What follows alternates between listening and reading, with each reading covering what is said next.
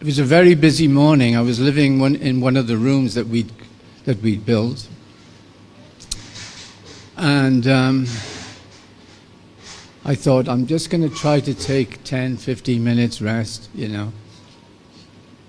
And I was just preparing to lie down, and all of a sudden, bang, bang on the door, like the door was being hit so fiercely that I thought it was just going to come down.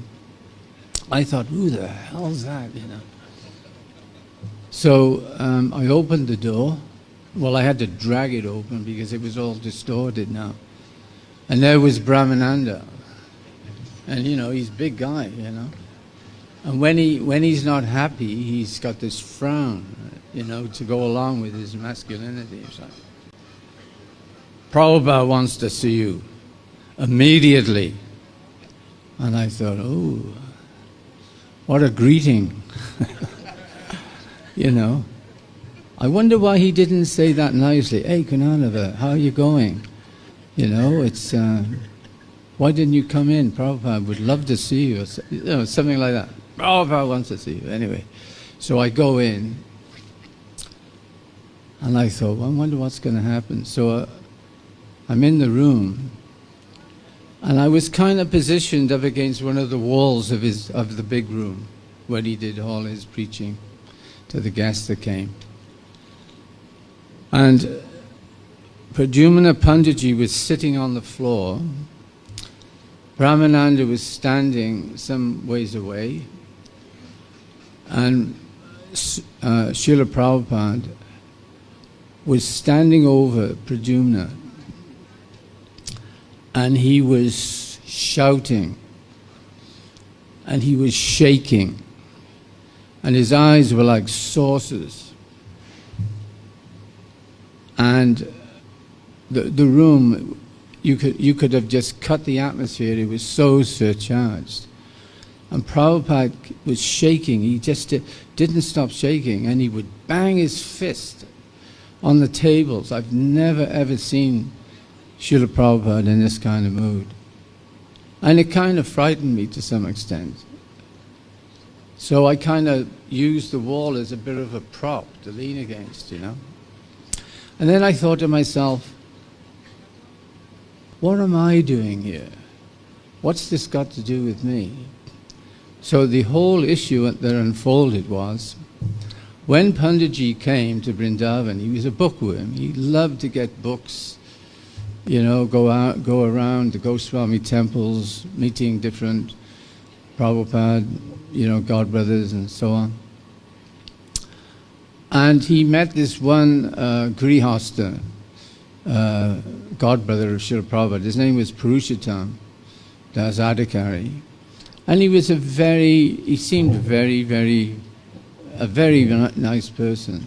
He would come, he would listen to Prabhupada preach in the evenings. I met him 3 or 4 times. He seemed very gentlemanly, very Vaishnav-like. And then apparently, because there was a story that I wasn't really privy to at the time, where his godbrother had asked Prabhupada if he could borrow some Bhagavatams. And he took them back to the Radha Gopinath temple where he was staying. And he started reading the purports. And he had a notebook and a pen. And as he was reading the word-for-word synonyms, the translation, the purports, he was making notes like this. And I think he went through about a chapter and a half. So his notebook was starting to really fill up. And Srila Prabhupada found out, because his godbrother went to Srila Prabhupada and said, Srila Prabhupada, I've been reading your books and I was going to suggest some changes, you know. And I just thought, I wonder what you like. Prabhupada at the time, when he was being confronted like this, didn't really show any rage or, you know. but he wanted his books back. So after he had left, the following day, which was the day now that I'm describing, yeah, they were original Bhagavatams, and also the 72 Macmillan. It was the first three. They weren't what he brought. They were the ones that came from Rameshwar. Okay. Yeah. BBT books. Slightly later, yeah. So there was also the Macmillan 72 Gita also that he'd borrowed. So Srila Prabhupada was so upset that his books were being changed by his godbrother, or there was the idea of change. And then Prabhupada said, first of all, he had so many other books when he was translating. Sometimes Prabhupada would only translate a sentence all night, all morning, as long as he was doing it. Other times it would be a complete flow. And then Srila Prabhupada said, do you know what I am when I'm sitting early in the morning when you're all sleeping? He says, I'm a dictaphone. And he had around him Baladev Vidyabhusana's books, Vishwanath Chakravarti, Srila Bhakti Siddhanta Saraswati's books, Bhakti Vinod. He had so many reference material. But he said, and these are descriptions from myself. This is my subjective reality. He said, Krishna would also come and sit with me and tell me what to write. You know, these are not exaggerations, and they're not political statements either. This is reality. These are true descriptions. So Prabhupada didn't stop at that. He started raging again. How dare they think they can change books?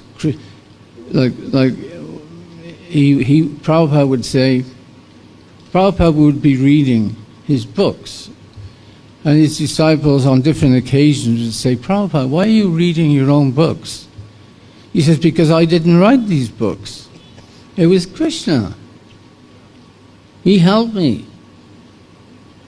So I became Krishna's dictaphone. And then I would write in my, speak in my dictaphone. And then they would get recorded.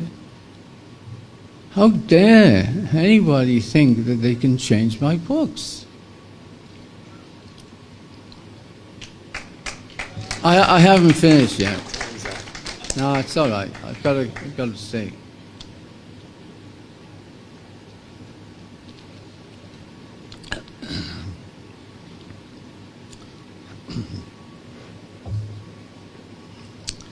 So it was the very first time I've ever heard this. Pradyumna, he was like a ghost, and his head was down. And Prabhupada just kept on and on. Now what happens, you know when you try to reach high notes in your voice? Like opera singers, they can go very high. They got very high octave strength. Srila Prabhupada was going so high in his voice when he was condemning and shouting, and that he started to screech. His voice went into screech mode because there was nothing left octavely wise. And what are you to say?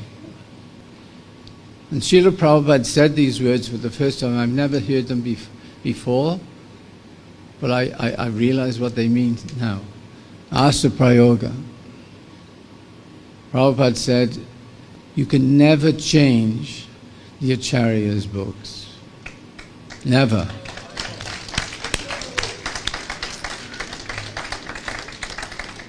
So, unfortunately, lots of changes have been made. And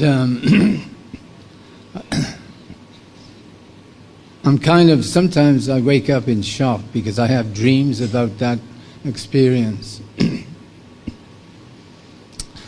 And I mentioned it to the GBC, going back about 15 years ago. And they had a vote on it, apparently. Should we keep Prabhupada's books as they were, or should should we allow changes?